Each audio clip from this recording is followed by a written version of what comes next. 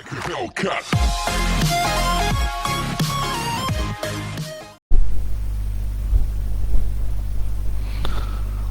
আসসালামু আলাইকুম। আমি Mohammad Atikul Islam, instructor computer, Mymensingh polytechnic institute. প্রিয় শিক্ষার্থীরা, আশা করি সকলেই ভালো আছো, সুস্থ আছো। তো আজকে আমার ডাটাবেজ ম্যানেজমেন্ট সিস্টেমের উপরে দ্বিতীয় লেকচার।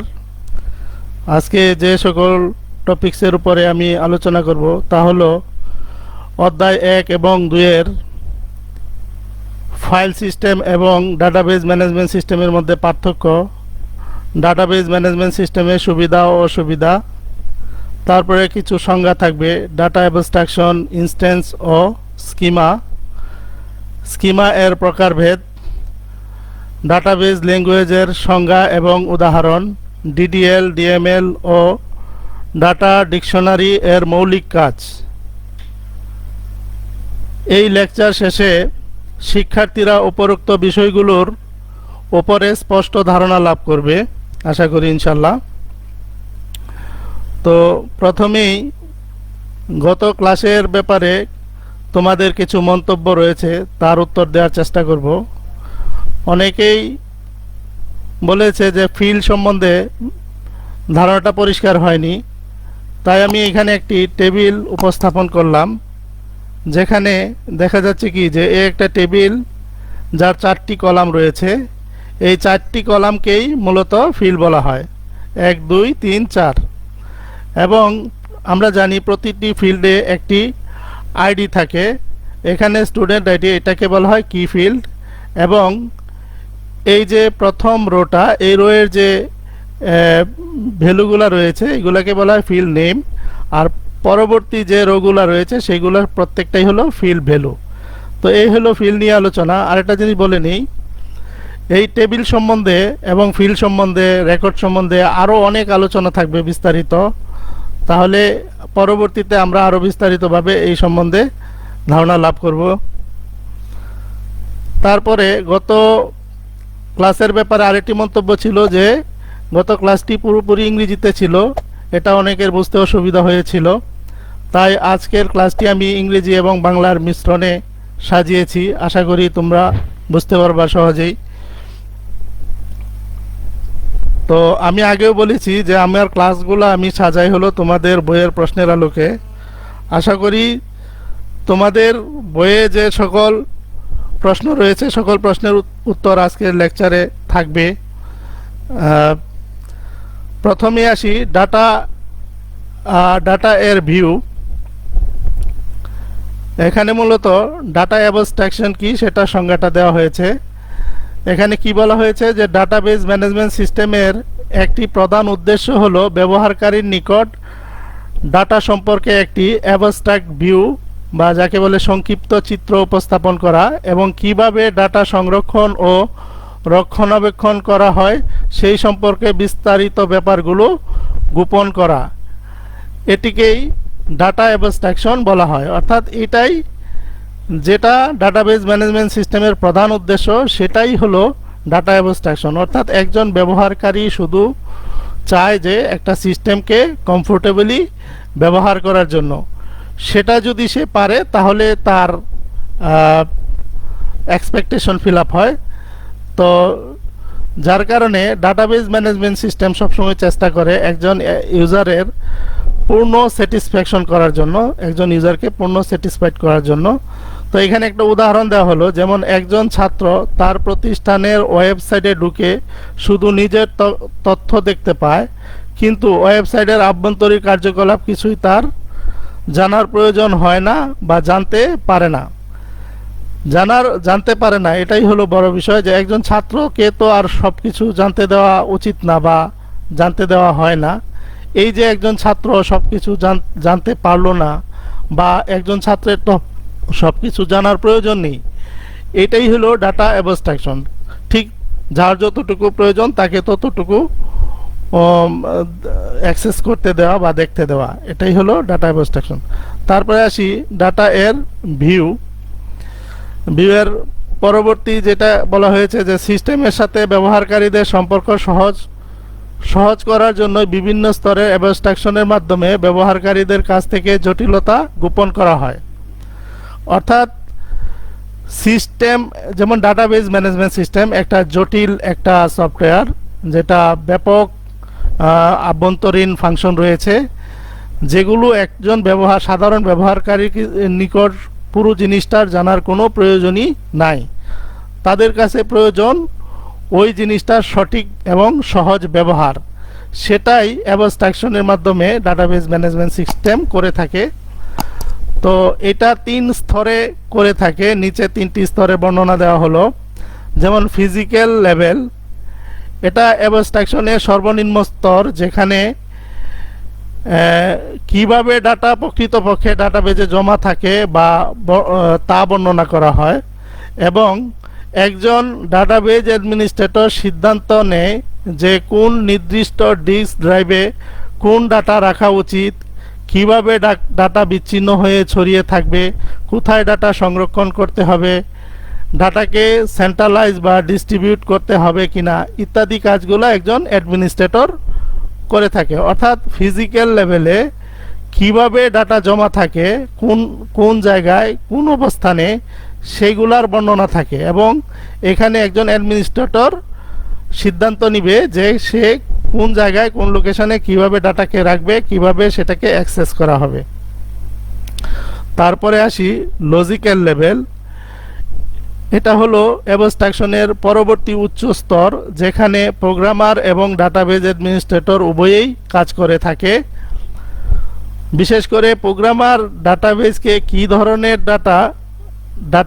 কি ধরনের ডাটা সংরক্ষণ করা হবে এবং সেই ডাটাগুলির মধ্যে কি সম্পর্ক বিদ্যমান থাকবে তা বর্ণনা করে থাকে। যেমন এখানে একটা উদাহরণ দেওয়া হয়েছে, যেখানে মূলত একটা টেবিলের কিছু সিনট্যাক্স বা অ্যালগোরিদম এখানে দেওয়া হয়েছে। এখানে টাইপ বলা হয়েছে ইনস্ট্রাক্টর, অর্থাৎ টেবিলটির নাম ইনস্ট্রাক্টর ইকুয়াল টু রেকর্ড মানে টেবিল, এবং আইডি হলো ক্যারেক্টার টাইপ, নেমও ক্যারেক্টার টাইপ, ডিপার্টমেন্ট নেম এটাও character type, salary numeric type. Character type এটার হলো 5, লেন্থ হলো 5, এটার লেন্থ হলো 20, এটার লেন্থ হলো 20। তারপরে নিউমেরিক, এটার লেন্থ হলো 8 এবং দশমিকের পরে 2। এইভাবে একজন প্রোগ্রামার ডাটাবেজ ডিফাইন করে এবং টেবিলগুলা ডিফাইন করে, এবং টেবিলগুলোর মধ্যে কি সম্পর্ক সেইগুলা একজন প্রোগ্রামার এই লজিক্যাল লেভেলে সেট করে থাকে। তারপরে ভিউ লেভেল, এটি হলো ডাটা অ্যাবস্ট্রাকশনের সর্বোচ্চ লেভেল। এই লেভেলে কিভাবে ব্যবহারকারীদের নিকট ডাটা প্রদর্শন করা উচিত তা বর্ণনা করা হয়। অর্থাৎ ব্যবহারকারীরা কিভাবে ডাটাগুলাকে দেখতে পাবে, তার যতটুকু দেখার প্রয়োজন ততটুকুকে তাদের সামনে উপস্থাপন করাই হলো এই লেভেলের কাজ। সিস্টেমের সাথে ব্যবহারকারীর যোগাযোগ সহজ করাই হলো ভিউ লেভেল অ্যাবস্ট্রাকশনের কাজ।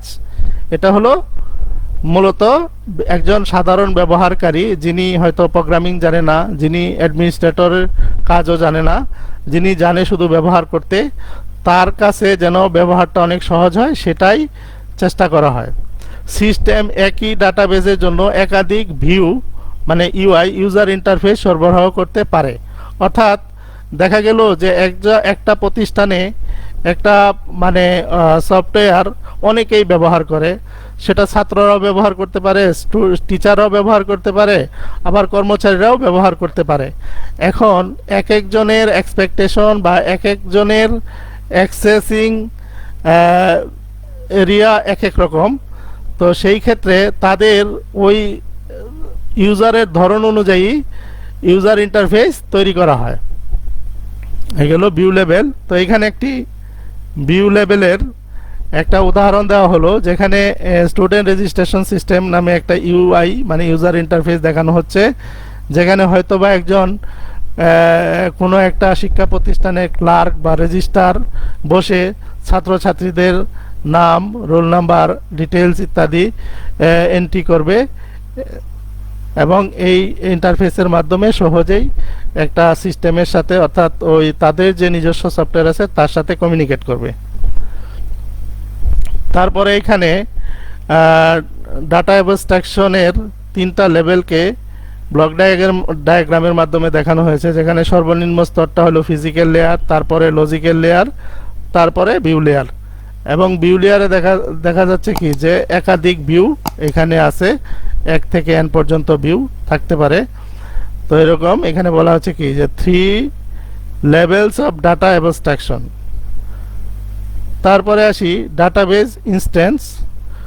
কোনো নির্দিষ্ট মুহূর্তে ডাটাবেজে জমাকৃত ডাটার সংগ্রহকে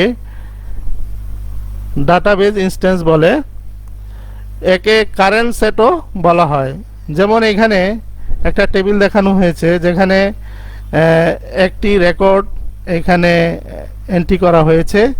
যে রেকর্ডটি যদি একটা নিশ্চয়ই একটা নির্দিষ্ট সময়ে এন্ট্রি করা হয়েছে, সেই কারণে ওই সময়ের জন্য এই রেকর্ডগুলোকে বলা হয় ইনস্ট্যান্স। অর্থাৎ ওই একটা নির্দিষ্ট মুহূর্তে যেহেতু এই ডাটাগুলো জমা হয়েছে, তাহলে অতএব এই ডাটাগুলোকে ওই মুহূর্তের ইনস্ট্যান্স হিসেবে ধরে নেওয়া হয়। তারপরে ডাটাবেজ স্কিমা।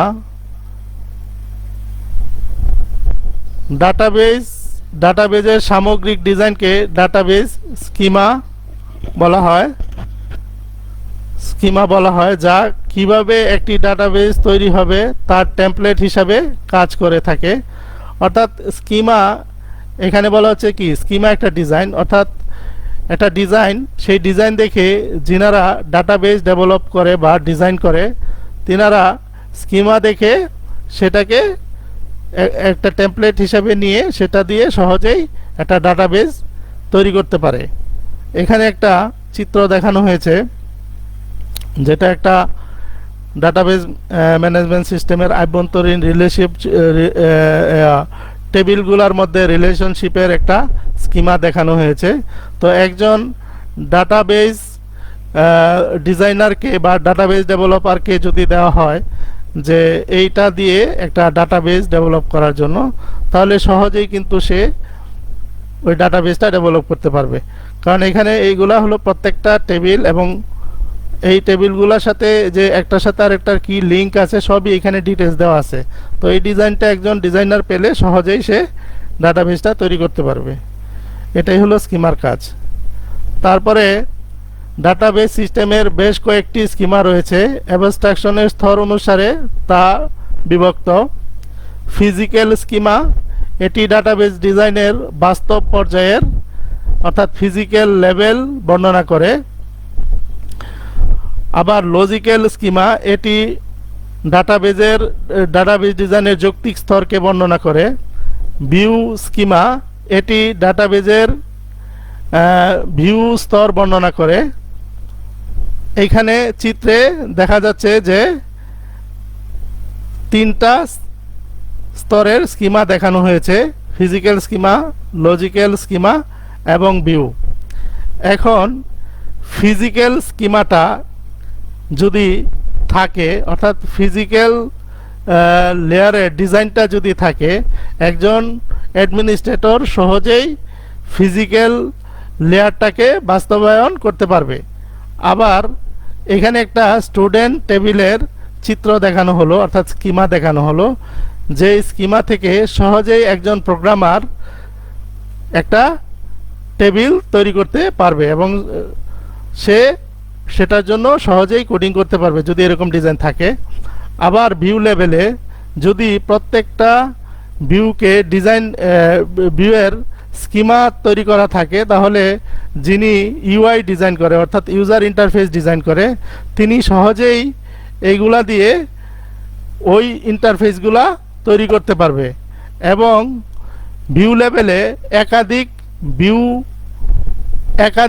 থাকে, যার কারণে এই একাধিক স্কিমা থাকতে পারে। কখনো কখনো তাদেরকে সাব স্কিমাও বলা হয়, যা ডাটাবেজের বিভিন্ন চিত্র বর্ণনা করে।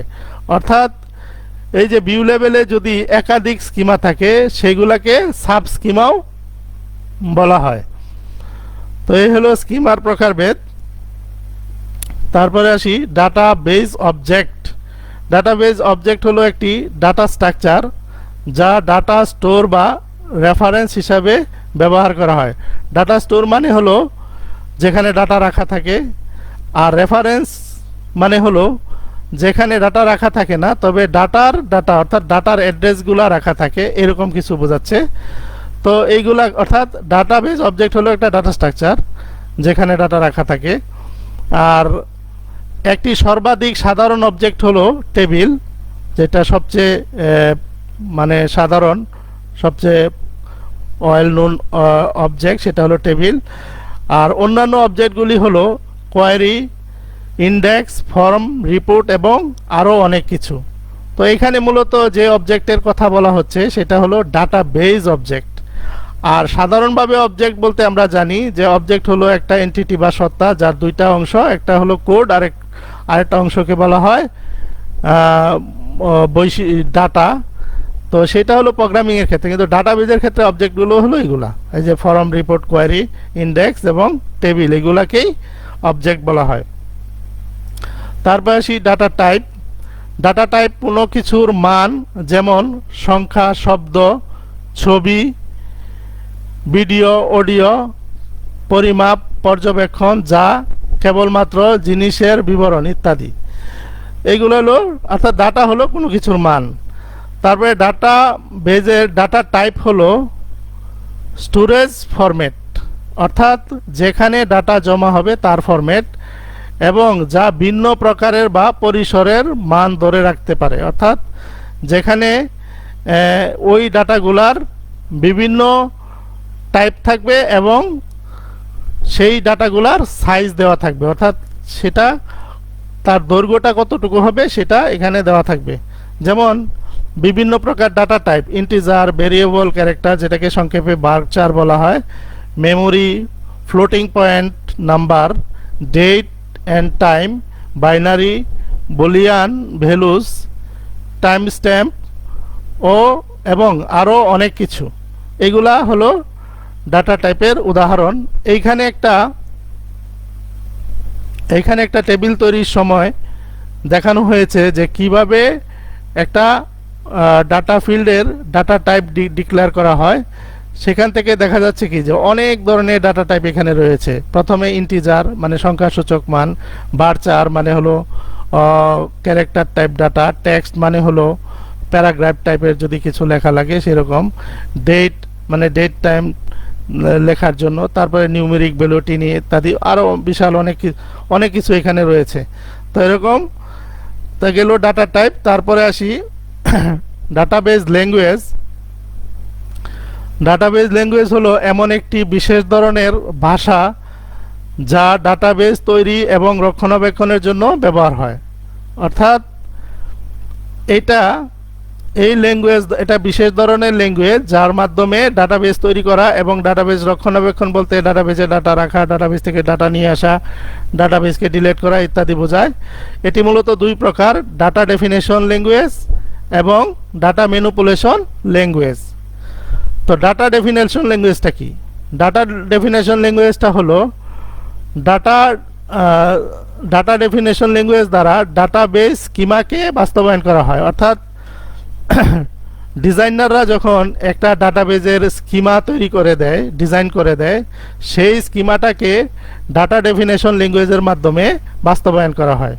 যেমন টেবিল তৈরি করা, টেবিলকে পরিবর্তন করা বা অল্টার করা, তারপরে টেবিলকে বাদ দিয়ে দেওয়া মানে ডিলিট করা মানে ড্রপ করা, এবং তাদের মধ্যে সম্পর্ক তৈরি করা, অর্থাৎ টেবিলগুলোর মধ্যে সম্পর্ক তৈরি করা। তারপরে আসি, এখানে ডিডিএল এর কাজের তালিকা দেওয়া হলো। যেমন ক্রিয়েট, এটা একটা ডিডিএল কমান্ড, অল্টার একটা ডিডিএল কমান্ড, ড্রপ একটা কমান্ড, ট্রাঙ্কেট একটা কমান্ড, কমেন্ট এটা একটা কমান্ড, রিনেম একটা কমান্ড। এখানে একটা, দুইটা, তিনটা, চারটা, পাঁচটা, ছয়টা কমান্ড দেওয়া হয়েছে। তো এইখানে ট্রাঙ্কেটটা কি? একটি টেবিল থেকে সমস্ত রেকর্ড রিমুভ করা এবং রেকর্ডগুলোর জন্য মেমোরিতে যে বরাদ্দ করা জায়গা থাকে সেগুলোও রিমুভ করা। তারপরে কমেন্ট মানে হলো ডাটা ডিকশনারি কমেন্ট যুক্ত করতে ব্যবহার হয়। তারপরে রিনেম কোনো অবজেক্টের নাম পরিবর্তন করা। ওইগুলা তো কমন যেগুলা বলা হয়েছে। তারপরে এখানে একটা উদাহরণ হিসাবে দেখানো হয়েছে যে কিভাবে একটা এসকিউএল কমান্ডের মাধ্যমে ডিডিএল স্টেটমেন্টটি ডিপার্টমেন্ট নামে একটি টেবিল তৈরি করে। তো কমান্ডটি কি, ক্রিয়েট টেবিল, তারপরে টেবিলের নাম, তারপরে ব্র্যাকেটের ভিতরে টেবিলের ফিল্ড, অর্থাৎ ডিপার্টমেন্ট নেম, এটা হলো character type, building character type, budget numerical type, তারপরে ব্র্যাকেট ক্লোজ করে সেমিকোলন। তো এটা হলো একটা টেবিলের ডিডিএল সিনট্যাক্স। তারপরে আসি data manipulation language. Data manipulation language দ্বারা ডাটাবেজে ডাটা ইনসার্ট, আপডেট এবং ডিলিট করার মতো কার্য সম্পাদন করা হয়। অর্থাৎ এখানে ডিএমএল এর কাজের তালিকা দেওয়া হলো। এখানে এটা ডিএমএল অর্থাৎ জাস্ট ডাটা ম্যানিপুলেট করবে। অর্থাৎ ম্যানিপুলেট মানে কি, যেমন ডিলিট করা, আপডেট করা, ডাটা নিয়ে কাজ করা। টেবিল ক্রিয়েট করার পরে ডাটা যখন টেবিলে রাখা হয় তারপরে হলো ডিএমএল এর কাজ। তো এখানে কাজগুলা কি, সিলেক্ট করা অর্থাৎ ডাটাবেজ থেকে ডাটা নিয়ে আসা, ইনসার্ট করা মানে ডাটাবেজে ডাটা রাখা, আপডেট করা মানে কি ডাটাবেজে কোনো ডাটার পরিবর্তন করা, ডিলিট করা মানে টেবিল থেকে কোনো ডাটা ডিলিট করে দেওয়া, তারপরে মার্জ করা, তারপরে আপসেট করা মানে আপসেট অপারেশন মানে ইনসার্ট অর আপডেট দুটো একসাথে করা, তারপরে কল একটি পিএল এসকিউএল অথবা জাভা সাব প্রোগ্রামকে কল করে, তারপরে এক্সপ্লেইন প্ল্যান অর্থাৎ এটি ডাটা এর অ্যাক্সেস পাথ বর্ণনা করে, কিভাবে ডাটাটাকে অ্যাক্সেস করা হবে সেই পাথ বর্ণনা করে। লক টেবিল এটি কনকারেন্সি কন্ট্রোল করে থাকে। কনকারেন্সি মানে কি, একসাথে বহু ব্যবহারকারী যাতে ব্যবহার করতে পারে সেই ব্যাপারে এই কমান্ডটি কাজ করে। তো এখানে মূলত এগুলাই ডাটা ম্যানিপুলেশন ল্যাঙ্গুয়েজের বিভিন্ন কমান্ড। তো এখানে ডাটা ম্যানিপুলেশন ল্যাঙ্গুয়েজের একটা দুইটা উদাহরণ দেওয়া হয়েছে। প্রথমটি হলো একটি ইতিহাস বিভাগের একজন ইনস্ট্রাক্টরের নাম খুঁজে বের করতে হবে। তো সেটার কমান্ডটা কি, যে এটার জন্য কি করতে হবে, ডাটাবেস থেকে ডাটা রিট্রাইভ করতে হবে। তা রিট্রাইভ করতে গেলে যে কমান্ডটা সেটা হলো সিলেক্ট। তো সিলেক্ট লিখে তারপরে ইনস্ট্রাক্টর ডট নেম অর্থাৎ ইনস্ট্রাক্টরের নাম, ফ্রম কোন টেবিল থেকে, ইনস্ট্রাক্টর টেবিল থেকে, where instructor dot department name equal to history অর্থাৎ হিস্টোরি ডিপার্টমেন্টের ওই ডিপার্টমেন্টের ওই ইনস্ট্রাক্টরের নাম প্রদর্শন করবে। তারপরে আরও একটি উদাহরণ, যেখানে এমন একজন প্রশিক্ষক যার ডিপার্টমেন্টাল বাজেট হলো $95,000, এই ধরনের ইনস্ট্রাক্টরের আইডি এবং ওই ডিপার্টমেন্টের নাম বের করতে হবে।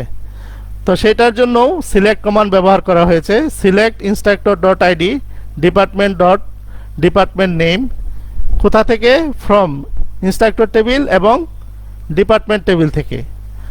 হোয়ার instructor dot department name equal to department dot department name, যেখানে ইনস্ট্রাক্টরের ডিপার্টমেন্ট নেম এবং ডিপার্টমেন্টের ডিপার্টমেন্ট নেম এক হবে এবং থাকতে হবে এখানে, যেহেতু শর্ত দুইটা।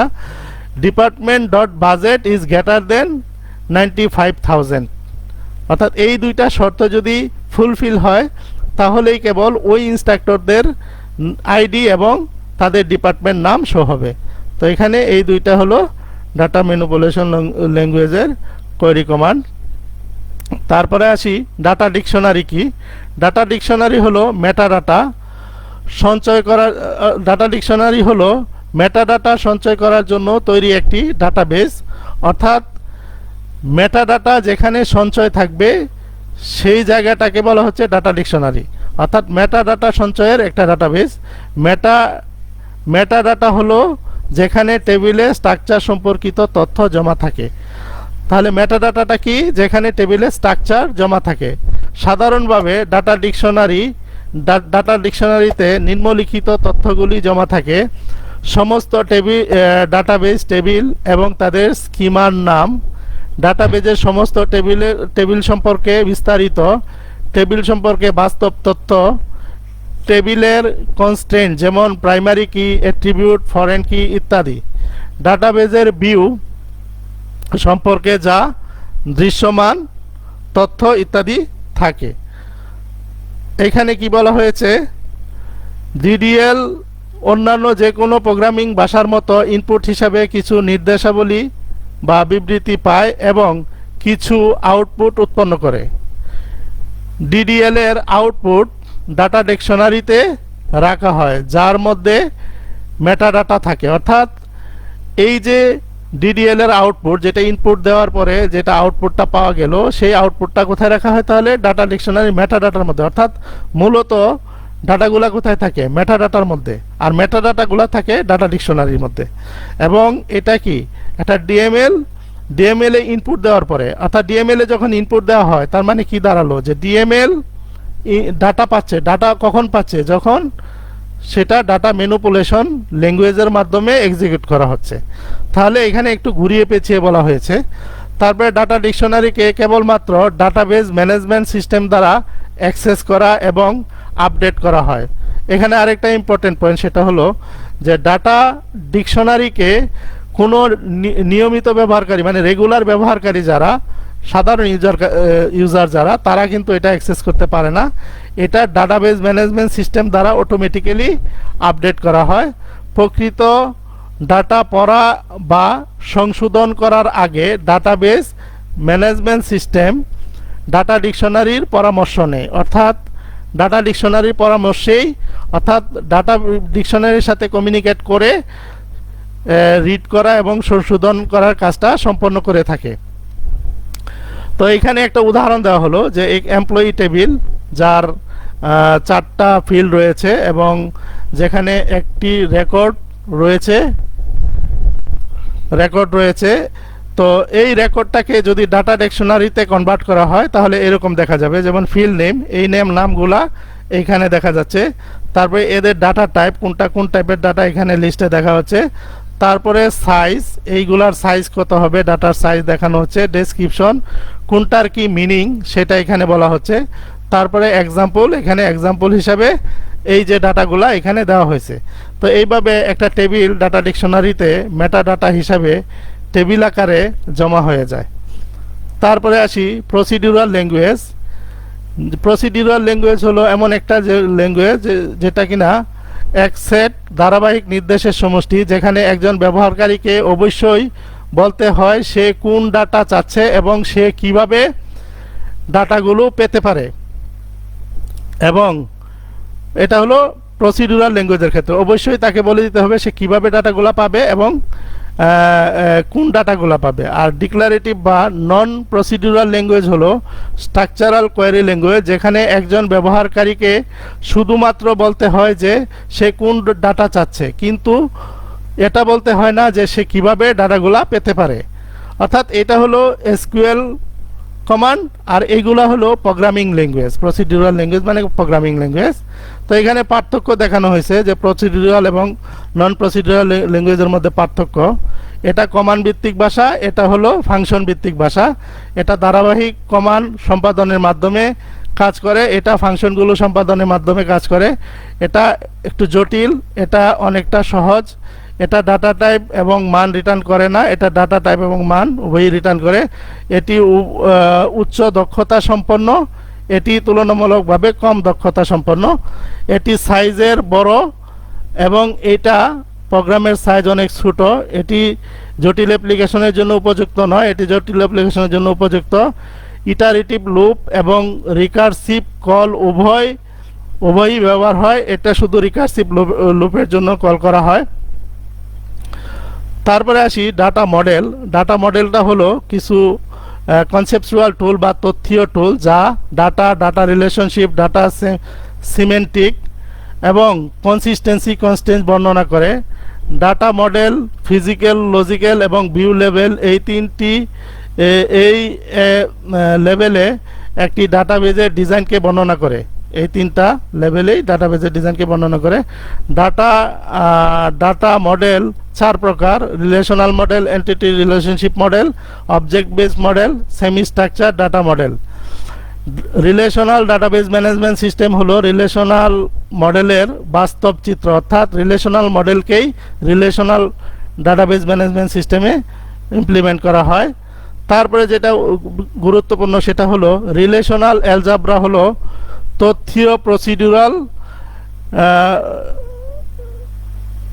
ডাটা ম্যানিপুলেশন ল্যাঙ্গুয়েজ, এটা হলো তথ্যীয় প্রসিডিউরাল, আর এটা হলো রিলেশনাল ক্যালকুলাসটা হলো তথ্যীয় নন প্রসিডিউরাল, অর্থাৎ এটা হলো কনসেপচুয়াল প্রসিডিউরাল ডিএমএল, আর এটা হলো নন প্রসিডিউরাল ডিএমএল।